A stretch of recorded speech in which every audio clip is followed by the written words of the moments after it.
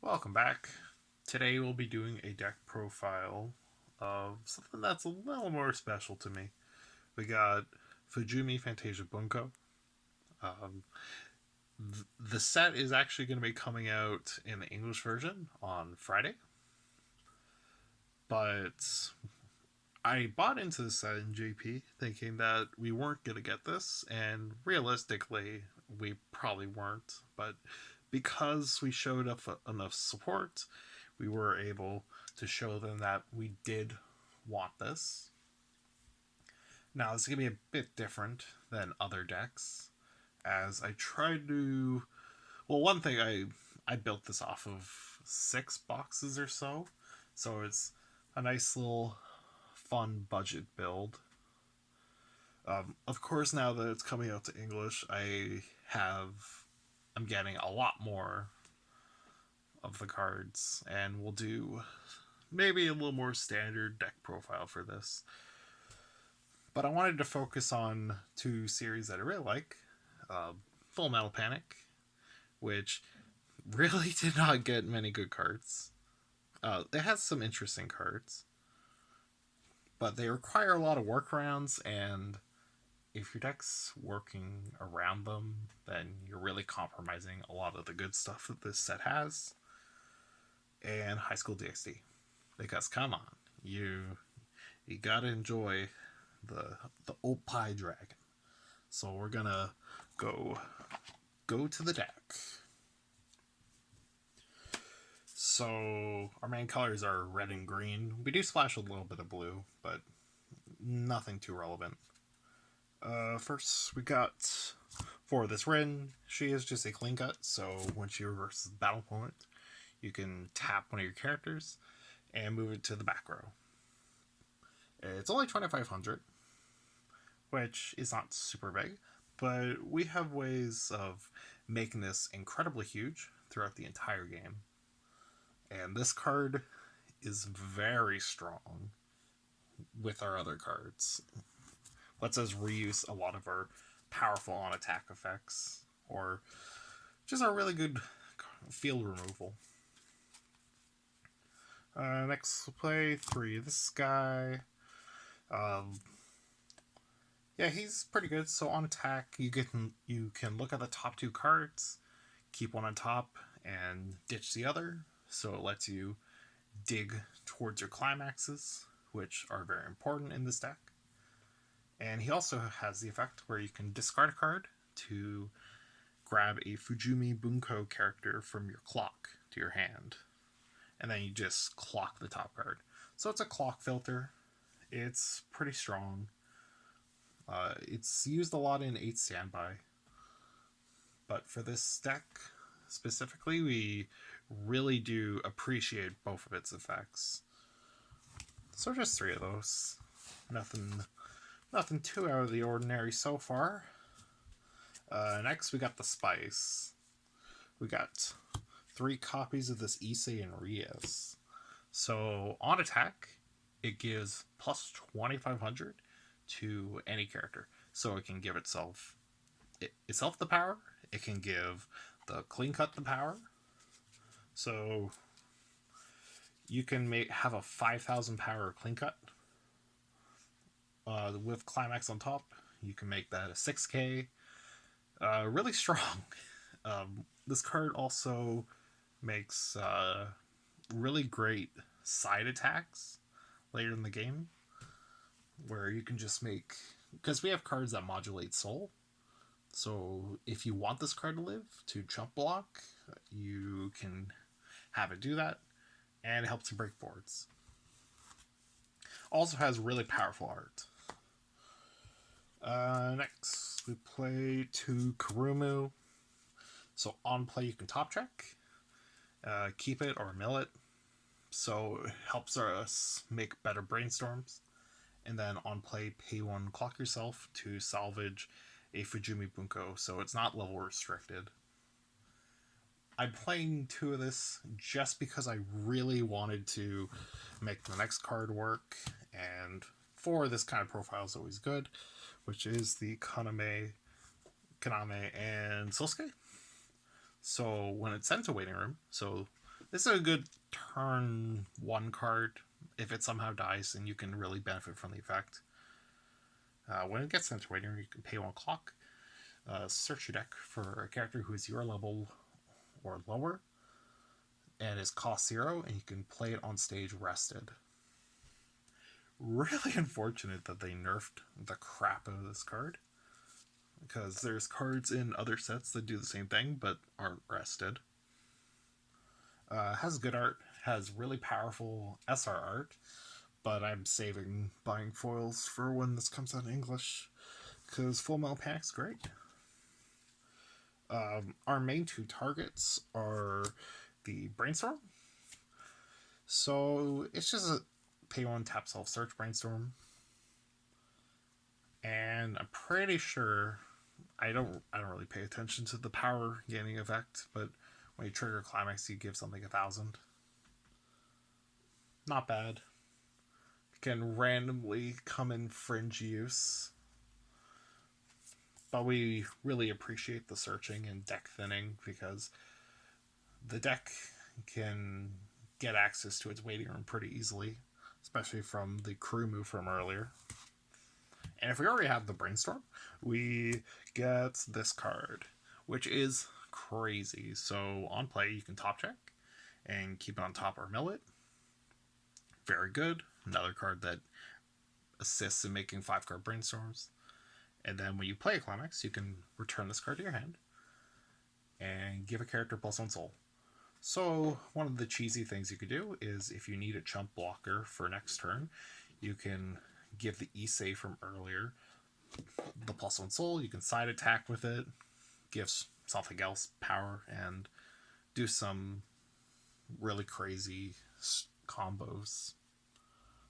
Also, because of the Climax spread that we're running, we can really afford to drop this thing multiple times just off 1 copy. Going on to level 1, we play 3 of the Rias TD combo. Because I wanted to make Full Metal Panic work, this is the best combo I felt. So on attack, you can pay 1. If you have the Door, you get to give this and another character on reverse search. It is a bit expensive. It is 1 stock. But because we have the Issei that can pump this power and do the cheeky thing where you side without really losing soul, means that you can keep a full board and get some advantage. Of course, you're not really doing this too often. That's why I only run 3 of it. It's not the craziest card, but it's got good art. Now, of course, we got our 2 different ways to reverse our opponents. We got Koneko, who also has the on-play top check, keep it or mill it, and she's a level 1 bomb, so if your opponent's really crutching on those level 1s that are really big, then this easily outs it. And the other card that we use, and main choice for playing that combo, is the Sosuke. So on play, you get plus 500 times the number of your characters. So on a full board, if this card is played, or last card played, you get, it could be a 7/5. So play the numbers game. If you boost this with the Issei, he can, with Climax, he can be like 11, maybe 12, depending on how lucky you get. Of course, we play this mostly for the next card, which is 3 copies of the Levitine. So Levitine here, when you play it, because he's really weak, so you play him and you marker the Sosuke, and he gets really big. He gets plus 8,500. And when he has his marker, anytime he's in battle with somebody, you do not take burn damage. So it's like a mini anti-burn. It's not that great. That's only, again, this build around is really convoluted. But hey, it's a cool combo, and you can do it sometimes. I don't really recommend doing it because you gain so much card advantage from your combo and your Ricky and your other cards. And in the games that you can get it, you have this 2K backup. Just keeps stuff alive. It's also green, so if you need a color fix, you can do that too. Most decks will opt to play that. Our other two cards at level 2 are the anti-change backup, where it's just a ditch 2 to kill a level higher than your opponent's level. It's also a 2/5 backup, so it's bigger than the 2K. And we play Mamako. So this is a weird choice. It's probably wrong. But I just wanted to build the deck and say that I try to make this work. So on play, she gives your entire opponent's front row minus 1500. So if for some reason you're having a game where you have a lot of stock, you can find ways to pay it out with the combo from the Weiss. And then she has on attack, pay 1, double trigger check. So she gets Twin Drive. She also has 2 soul, which that's kind of relevant. Being a 2 soul beater for 1 stock. Most of the time she just dies. But you know, good little card there. Next we're going to level 3. And we got our main finisher, Tessa. She combos off the gold bar. So on play heal. And then specifically when this card is placed, if you have 4 or other Fujumi characters, which is your entire deck. It also checks for Mithril, but that's not too relevant. You look at the top 3 cards of your opponent's deck, and you get to rip any cards that you don't want there to be, and then you shuffle their deck.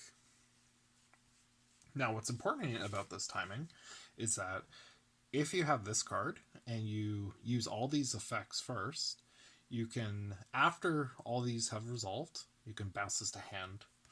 So you can continue to loop it if that is the game state that you're in. So the idea is that this card kills compression. It helps that it's on gold bar, because it allows us for better looping of our bouncer, and pushing soul is really strong. The heal is just nice as well. Is very good. And rounding it off, we got 2 copies of Weiss. So on play, you can play a card from your hand to stage, and it gains demon trait. That's flavor, is just pure flavor. But it lets us play stuff. It lets us play our level 1 or level 3 combo, and it also lets us play the Asya as just soul pushing bonus heals. She also just gets a lot of power, so usually like during your turn she'll be a 14k, which is super huge. Like, that's just really rude. The Asya is just a healer, and it gives global 15 to all your Fujumi Bunko.